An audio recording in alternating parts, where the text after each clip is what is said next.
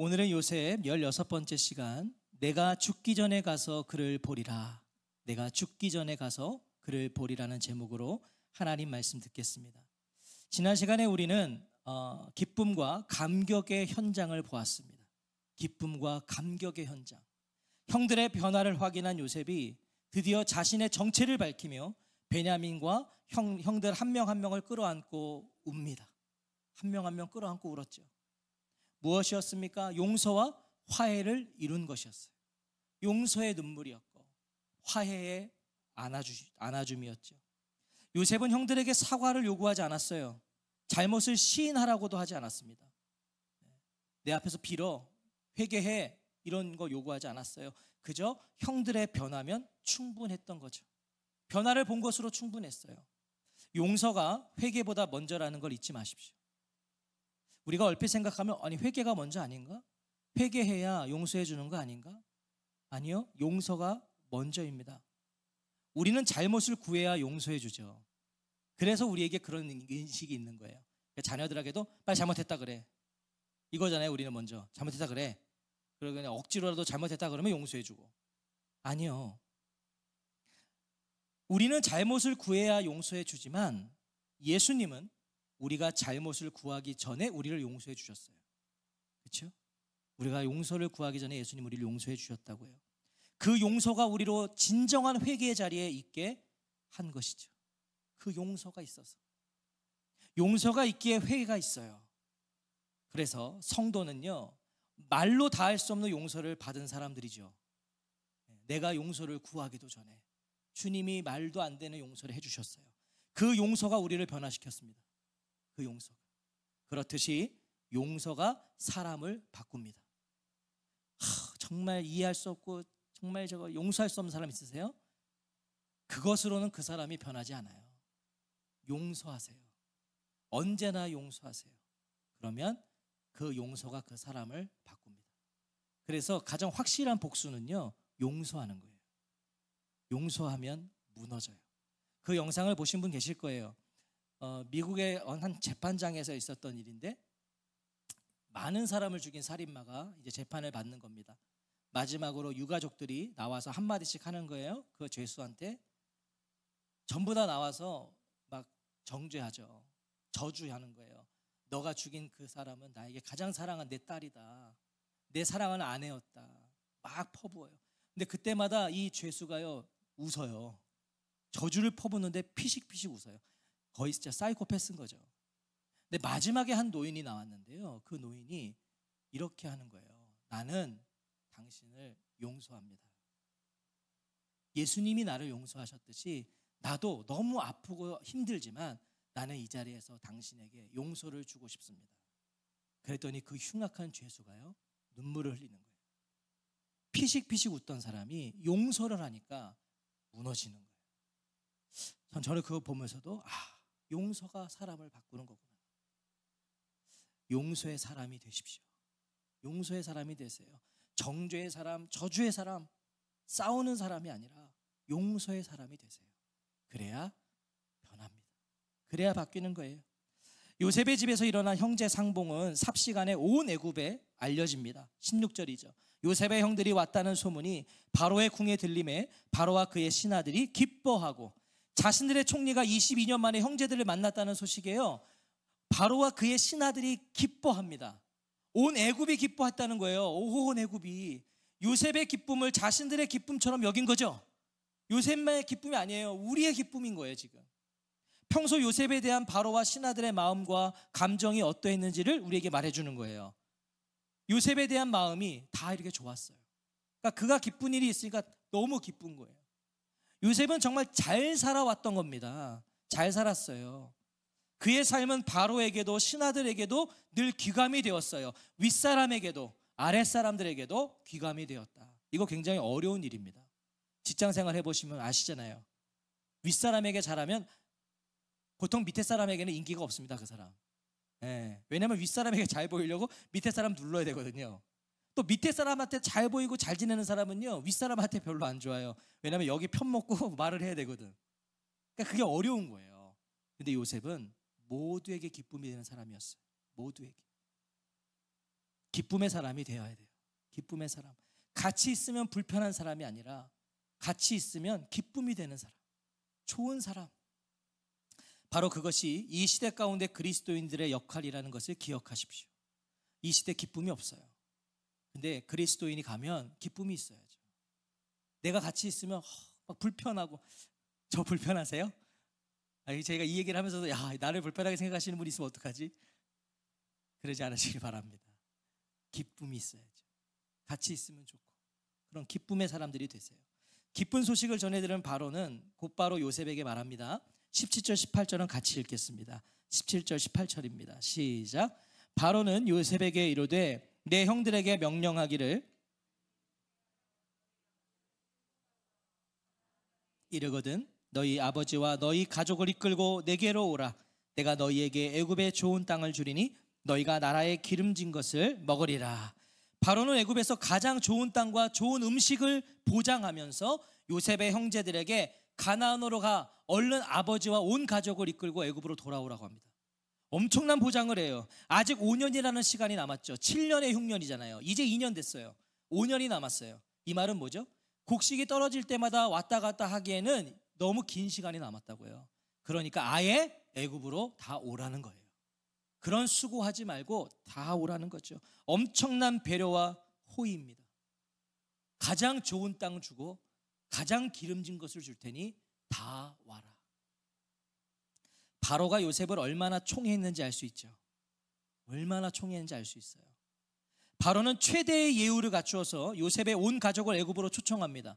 이로 인해서 이 야곱 일가의 애굽 이주는요, 요셉 개인 차원을 넘어요. 이제 요셉이 부른 것을 넘어서 이제는 애굽 국가적 차원의 국빈급 예우가 된 거예요. 엄청난 거죠. 바로는 그 국빈 예우의 구체적인 사안들까지를 명령해요. 매우 세세하게 명령하는데 19절 20절은 제가 읽어볼게요. 이제 명령을 받았으니 이렇게 하라. 너희는 애굽 땅에서 수레를 가져다가 너희 자녀와 아내를 태우고 너희 아버지를 모셔오라. 또 너희의 기구를 아끼지 말라. 온 애굽 땅에 좋은 것이 너희 것임이니라. 바로는 어린아이와 아내들 그리고 연로한 야곱 늙은 아버지를 편안하고 안전하게 올 수 있도록 애굽에 수레 여러 대를 보내줘요. 수레. 이게 수레라고 그러니까 뭐 리어카를 생각하시면 안 돼요. 이거 그러니까 이게 마차입니다. 마차. 중요한 건 당시 근동 국가들에서 수레를 만들어 사용한 나라는 애굽이 유일했어요. 애굽만 있는 거예요. 이거는 애굽만, 강대국. 게다가 이 수레는요, 애굽에서도 아무나 쓸 수 있는 게 아니라 높은 지위에 있는 자만이 사용할 수 있는 것이었어요. 그러니까 오늘로 말하면 제네시스 여러 대 보내준 겁니다. 저는 목사기 때문에 이제 외제차 말 안 해요. 사실 여기서 벤츠 정도 얘기해야 성도들이 우와 이러실 텐데 국산차를 해야 됩니다. 제네시스 여러 대를 보낸 거예요. 오늘로 말하면 가나안으로 고급 세단들이 줄지어 가는 것이죠. 근데 생각해 보세요. 사실 지금 야곱 일가가 70명입니다. 그 70명이 이사를 해야 돼요. 그러면 이런 고급 세단을 보낼 게 아니라요, 이삿짐 트럭을 보내야 돼요. 이사를 해야 되니까. 그런데 고급 세단을 보내요. 이유가 있는 거죠. 왜 고급 세단을 보냅니까? 너희의 기구를 아끼지 말라. 여기에 기구는 의복, 폐물, 그릇, 세간살이, 살림살이 말하는 거예요. 그것을 아끼지 말고 더 좋은 것이 애굽에 있으니까 다 놓고 버리고 오라는 거예요. 몸만 와라, 몸만 와라. 그래서 제네시스 보낸 거예요. 몸만 와라. 바로의 명을 받은 요셉은요, 그대로 실행에 옮깁니다. 21, 22절이에요. 이스라엘의 아들들이 그대로 왔을 요셉이 바로의 명령대로 그들에게 수레를 주고 길 양식을 주며 또 그들에게 다 각기 옷 한 벌씩을 주되 베냐민에게는 은 300과 옷 5벌을 주고. 누구의 명이라고, 감히 누구의 명이라고 거역하겠어요? 바로의 명령이에요. 바로 진행을 하는 거죠. 요셉의 형제들은 바로의 명대로 아주 일사불란하게 움직입니다. 그런데 21절은요, 이 요셉의 형제들을 야곱의 아들들이 아니라 지금 뭐라고 부르고 있어요? 이스라엘의 아들들이라고 표현해요. 이 이스라엘의 아들들이라는 표현은요, 창세기 전체에서도 4번밖에 안 나와요. 굉장히 희귀한 표현인 거죠. 4번만 나오는데요, 창세기에서 처음 이 표현이 사용된 건 42장 5절입니다. 42장 5절에 보면 이스라엘의 아들들이 양식 사러 간 자 중에 있으니 가나안 땅에 기근이 있음이라. 야곱의 아들들이 양식 얻기 위해 처음 애굽에 왔을 때 그때 이들을 이스라엘의 아들들이라고 불렀어요. 이스라엘의 아들들. 무슨 의미입니까? 이 야곱 일가의 애굽 이주가요, 단순히 한 가족의 이주가 아니라 이스라엘 12지파의 이주라는 게 암시되고 있는 거예요. 이건 이스라엘 12지파의 이주다. 그 말은 곧 뭐예요? 이들이 언약의 민족 이스라엘이 되는 것이다. 민족이 되는 것이다. 바로의 명을 받은 요셉은요, 애굽의 수레뿐만이 아니라 개인적으로도 형들에게 여행길에서 먹을 음식, 길냥식과 새 옷을 한 벌씩 줍니다. 그리고 베냐민에게는 은 300과 옷 5벌을 주죠. 자, 형들이 요셉에게 옷 한 벌씩을 받았을 때 어땠을까요? 형들이 옷을 한 벌씩 받았어요. 지금 요셉에게 어땠을까요? 옷 한 벌씩 받았을 때 그냥 좋아요? 자, 오래전에 자신들이 벗겼던 요셉의 채색 옷이 떠오르지 않았겠어요? 자기들은 요셉의 옷을 벗겼어요. 자기들은. 그런데 지금 요셉은 자신들에게 새 옷을 줘요. 자기들은 옷을 빼앗은 사람들인데 옷을 주는 거예요. 요셉은 형들의 질투와 시기의 상징이었던 그 채색 옷보다 더 좋은 새 옷을 주면서 무슨 의미를 담았겠어요? 더 이상 남의 옷을 시기하거나 탐낼 필요가 없다는 거예요. 그리고 이제 그 아픈 기억을 잊어버리자는 뜻이에요. 이제 우리 그 기억은 잊어버리자. 형들을 아픈 기억으로부터 자유하게 하고 싶었던 거예요. 이제 정말 자유해져라. 자유해져라. 은 300도 마찬가지입니다. 요셉의 이야기에서 은은요, 굉장히 의미 있는 거잖아요. 은. 형들은 요셉을 은 20에 팔았어요. 은 20 받고 미디안 상인들에게 팔아버렸잖아요. 그렇지만 요셉은 베냐민에게 은 300을 줘요. 몇 배예요 이게 도대체?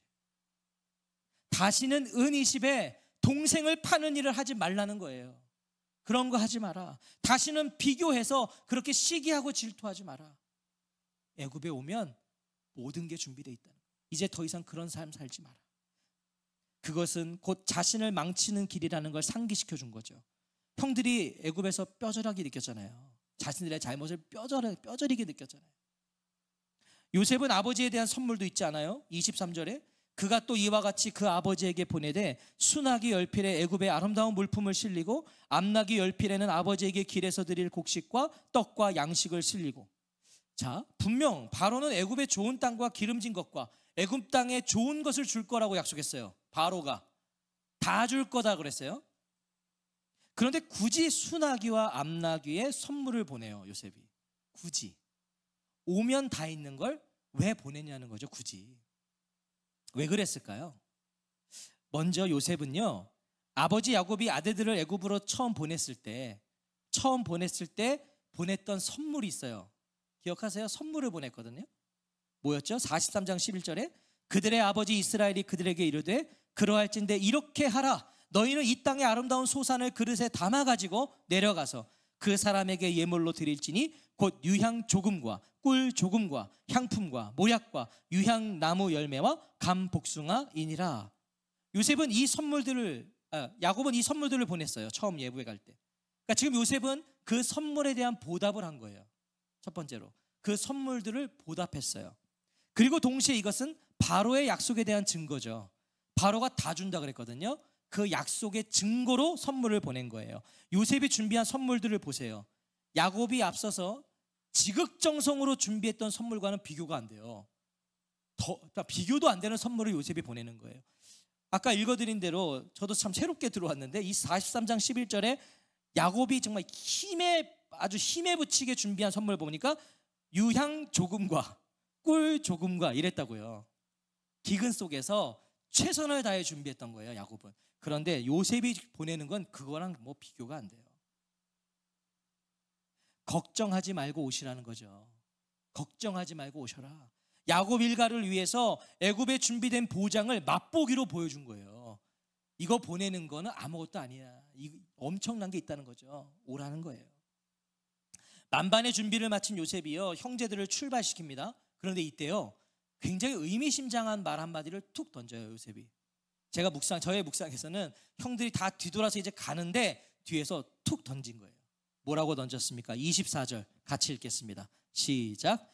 이에 형들을 돌려보내며 그들에게 이르되 당신들은 길에서 다투지 말라 하였더라. 가시는 길에 서로들 탓하지 마십시오.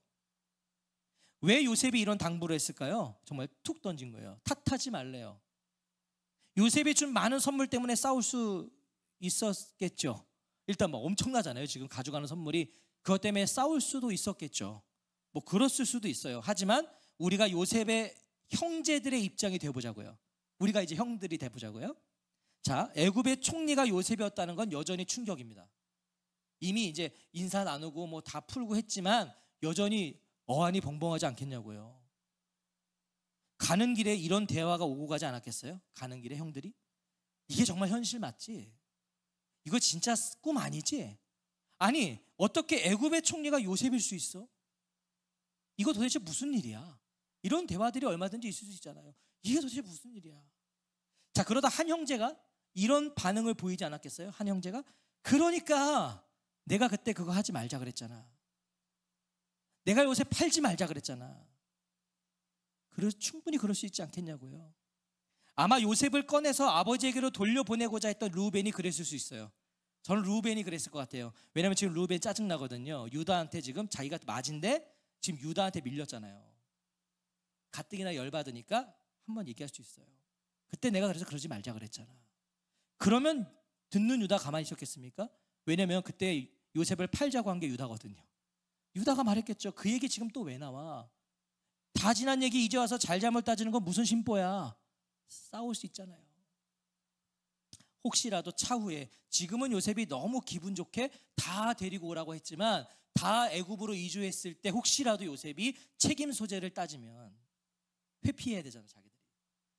그런 것들이 있을 수 있었다는 거죠.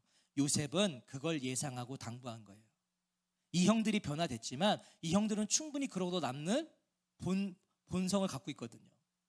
그래서 당부한 거예요. 그런 일은 없을 거니까 이미 나는 다 용서했으니까 서로들 탓하지 말고 돌아오라는 거예요.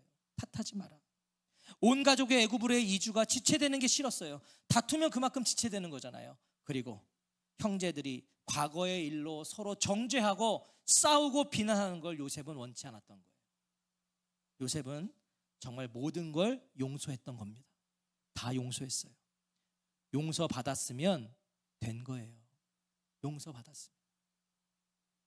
우리가 난 정말 용서했는데 계속 와서 잘못했어요. 괜찮아요. 제가 용서했어요. 근데 계속 와서 잘못했다 그러면 짜증나죠. 아이들 중에도 그런 애들이 있나요? 목사님, 제가 죄송합니다. 괜찮아요. 볼 때마다 그래봐요. 그럼 제가 기분 좋겠냐고. 정말 괜찮다니까요. 지금 그런 거예요. 용서받았으면 된 거예요. 나의 부족함과 과거의 죄와 잘못에 묶이지 마세요. 제가 부족해. 이거 겸손이 아니에요. 계속하면. 부족하면, 내가 부족한 걸 알면 어떻게 해야 됩니까? 내가 잘못한 걸 용서받았어요. 그걸 알면 어떻게 되는 거예요? 주님 앞으로 가지고 와. 내가 회개했다면 이제 겸손하게 주님 바라보며 살면 돼요. 겸손하게. 내가 부족한 거 알면, 그래서 더 부족한 거 내가 알면 더 주님 의지하며 겸손하게 살면 되잖아요. 그런 중 누구든지 그리스도 안에 있으면 새로운 피조물이라. 이전 것은 지나갔으니 보라 새 것이 되었도다. 용서받았으면 된 거예요. 거기에 묶이지 마세요. 거기에 묶이면 그 사람은 앞으로 나아갈 수가 없어요. 그리고 거기에 묶이면 탓하기 시작해요. 싸우기 시작해요. 기쁨의 소식을 가지고 형제들은 가나안에 이릅니다. 25절과 26절은 같이 읽겠습니다. 시작. 그들이 애굽에서 올라와 가나안 땅으로 들어가서 아버지 야곱에게 이르러 알리어 이르되 요셉이 지금까지 살아있어 애굽 땅 총리가 되었더이다. 야곱이 그들의 말을 믿지 못하여 어리둥절하더니 아버지를 보자마자 가장 먼저 전한 소식은 요셉이에요. 당연하죠. 요셉이 지금까지 살아있습니다. 애굽 온 나라를 다스리는 총리가 되었습니다. 야곱이 그들의 말을 믿지 못하여 어리둥절하더니, 여기서 어리둥절하더니는 말 그대로 정신이 나간 듯 놀랐다는 거예요. 그러니까 받아들이기 어려웠다는 거예요. 지금 이걸 그러겠죠. 요셉은 죽었거든요. 요셉은 죽었어요. 피 묻은 그의 옷을 야곱은 직접 손에 들어보았다고요. 죽었단 말이에요. 요셉은 정말. 그런데 살아있다니 이해가 안 되는 거예요. 지금 이해가 안 되는 거예요. 넋이 나간 얼굴로 의심스러운 눈초리로 아무 대답도 하지 못하고 있는 채 멍하니 있는 요셉, 그 야곱에게 아들들이 요셉을 통해 들은 바로의 명령을 줬잖아요. 그 명령과 요셉이 보낸 수레와 선물들을 다 전해줍니다. 아버지에게. 27절에 그들이 또 요셉이 자기들에게 부탁한 모든 말로 그에게 말하며 그들의 아버지 야곱은 요셉이 자기를 태우려고 보낸 수레를 보고서야 기운이 소생한지라. 야곱이 찬물로 얻어맞은 것처럼 정신을 차려요. 수레를 본 거예요. 수레를. 아까 말씀드렸죠. 이 수레는 당시에 애굽에만 있어요. 애굽에만 있는 거예요. 아무나 탈 수 없어요. 아들들이 가지고 온 선물들은요, 훔치거나 사올 수 있는 것들이에요. 그렇죠? 하지만 이 수레만큼은 훔치거나 살 수 있는 것이 아니에요. 정신이 든 거예요. 그걸. 요셉이 살아있는데 지금 어디서 뭐 한다고? 애굽 땅 총리가 되었더이다. 수레가 야곱에게 그 증거가 된 거예요. 요셉이 애굽의 총리가 되었다는 증거가 수레가 되는 거죠. 지금 수레를 보고서야 기운이 소생한지라. 자, 이거 중요합니다. 이거 직역하면 영이 살아났다예요. 영이 살아났다. 요셉이 살아있다는 것을 믿게 되자 야곱의 영혼이 되살아났다는 거예요. 단순히 힘이 났다는 게 아니죠. 단순히 기운을 차렸다는 게 아니에요. 지금 영이 살아났대요. 영이. 야곱의 영이 살아났다는 의미는 요셉의 살아있음에 기뻐했다는 정도가 아니죠. 그냥 기쁘다 이 정도가 아니에요. 영이 살아났다는 것은 더 깊은 의미가 있는 거죠. 영이 살아났어요. 창세기 37장 11절에서 그의 형들은 시기하되 그의 아버지는 그 말을 간직해 두었더라. 온 가족이 자신에게 절하는 요셉의 두 번의 꿈을 형들은 시기했어요. 뭔 소리야? 네가 우리의 왕이라도 된다는 거야? 형들이, 아버지 어머니가 다 나에게 절할 겁니다. 이 꿈을 꿨잖아요. 그 말했을 때 다 시기했거든요. 그런데 그때 야곱은 그 말을 마음에 새겼어요. 어쩜 요셉이 죽었다는 소식을 들은 날부터 야곱은요, 그 꿈에 대한 의문을 가지고 살았는지도 몰라요. 하나님, 도대체 요셉이 꾼 그 꿈은 무엇입니까? 요셉에게 꾸게 하신 그 꿈 도대체 어찌 된 것입니까? 하나님, 요셉이 죽었다니요. 그럼 그 꿈은 뭐가 됩니까? 그 의문이 있었을 거라고요. 요셉의 살아있음은 야곱에게 곧 하나님의 신실하심을 깨닫게 한 것이었어요. 아, 요셉이 살아있구나. 그 꿈이 하나님 이루고 계셨구나. 약속을 이루시는 하나님, 변치 않으시는 하나님을 야곱에게 확인시켜 준 거예요. 그래서 야곱의 영이 살아났다는 겁니다. 영이 그래서 살아났다는 거예요. 요셉을 이룬으로 죽지 못해 살아가던 야곱이요, 자리에서 일어나 힘있는 목소리로 말해요. 28절 같이 읽겠습니다. 시작. 이스라엘이 이르되 조카도다. 내 아들 요셉이 지금까지 살아있으니 내가 죽기 전에 가서 그를 보리라 하니라. 야곱의 결연한 의지가 보이십니까? 이 결연한 의지요. 내 아들 요셉이 아직 살아있다니 암 가고 말고 내가 죽기 전에 그 아이를 보아야지. 요셉이 지금까지 살아있음을 야곱이 믿게 됩니다. 믿게 돼요. 수레 때문이 아니에요. 수레 때문에 아니에요. 수레도 증거가 되었지만 야곱을 이렇게 결연하게 만든 것은 오래전 하나님이 요셉에게 꾸게 하신 그 꿈이었어요. 그 꿈을 간직하고 있었잖아요. 야곱이. 그 꿈이 그를 이렇게 결연하게 했어요. 죽기 전에 요셉을 보겠다는 야곱의 말은 곧 하나님이 행하신 일을, 하나님이 이루신 일을 자신이 가서 보겠다는 뜻이었어요. 요셉을 보러 가겠다는 것이 곧 내가 하나님이 일하신 걸 보러 가겠다. 행하신 일을 내가 확인하러 가겠다. 야곱은 지난 날을 회상하며 하나님께 회개했을 겁니다. 어떤 회개요? 20년이 넘도록 아들들이 요셉이 죽었다고 자신을 속여왔어요. 그렇죠? 조금 전까지 나는 요셉이 죽은 줄 알았잖아요. 이 녀석들이 나를 20년 넘게 속여온 거예요. 하지만 그런 아들들의 모습 속에서 야곱은 아버지와 형들을 속였던 자신의 지난 젊은 날을 떠올렸을 거예요. 어떻게 이것들이 하는데 자기가 그렇게 살았거든. 자기가 아버지 속이고 형 속이고 살았거든. 가슴을 칠 수밖에 없는 거예요. 이것들이 나를 닮았구나. 하지만 하나님은 그런 미천한 자신과 자신을 닮은 아들들에게서 그 뜻을 거두지 않으셨어요. 요셉을 애굽의 총리를 삼으셔서 민족을 구하고 계셨던 거예요. 하나님 감격했겠죠. 우리는 이렇게 살아왔지만 하나님은 그 뜻을 거두지 않으시고 요셉을 통해 민족을 살리고 계셨구나. 그래서 고백한 거예요. 이스라엘이 이르되 조카도다. 이 조카도다, 이제 됐다 하는 거예요. 이제 됐다. 누가 이런 고백을 할 수 있습니까? 조카도다. 누가 이 고백을 할 수 있어요? 이것은 무엇을 성취함으로 주어지는 게 아니에요. 이 땅의 모든 건 만족이 없잖아요. 이것을 가지면 저게 갖고 싶죠. 큰 것을 가지면 더 큰 게 갖고 싶고요. 조금 가지면 더 많이 갖고 싶죠. 누구도 조카도다 말할 수가 없어요. 이 땅의 것으로는 족할 수가 없어요. 만족이 없으니까. 야곱의 족함은 어떤 소유와 성취에 있지 않았어요. 그것으로 족하다고 말하는 게 아니에요. 야곱이 족하도다 말할 수 있었던 건 하나님의 뜻을 발견했기 때문이에요. 하나님과 하나님의 일하심을 발견하면서 나의 부족한 인생 속에서도 일하시는 하나님의 역사를 깨달으면서 주어지는 족함이었어요. 우리 생애 속에 이 조카도다는 고백이 있기를 축복합니다. 조카도다. 하나님, 조카입니다. 우리 코끝이 호흡에서 멈추는 순간에, 우리 인생의 마지막 순간에 조카도다는 고백을 중얼거릴 수 있기를 축복합니다. 마지막에 조카도다. 조카도다. 사랑하는 성도 여러분, 이것이 성도의 목적이어야 되지 않겠습니까? 이게 성도의 목적이어야 되지 않겠어요? 이것이 성도의 비전이어야 하지 않겠습니까? 성도들에게 당신의 비전이 무엇이냐고 물으면 우리는 이걸 말할 수 있어야 되지 않겠습니까? 야곱을 보십시오. 요셉을 잃은 이후로 야곱은 슬픔 속에 살아갔어요. 슬픔 속에 살았어요. 그의 영은 죽은 것처럼 잠자고 있었어요. 영이 살아났다고 그랬잖아요. 죽은 것처럼 잠자고 있었다고, 그의 영은. 그런데 그런 야곱에게 목적이 생겼어요. 비전이 생겼어요. 죽지 못해 살던 자가 내가 죽기 전에 가서 그를 보리라고 고백해요. 죽지 못해 살던 자가, 죽기만을 기다리던 자가 죽기 전에 요셉을 보겠다는 거예요. 오늘 저와 성도님들의 생애의 목적은 무엇이세요?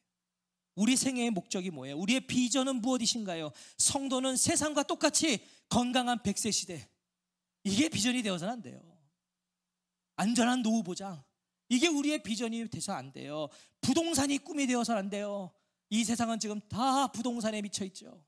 그런데 성도마저도 그것이 나의 꿈이요 비전이라고 말해서 되겠냐고요. 요셉이 죽기 전에 요셉을 보겠다는 비전. 요셉이 누굽니까?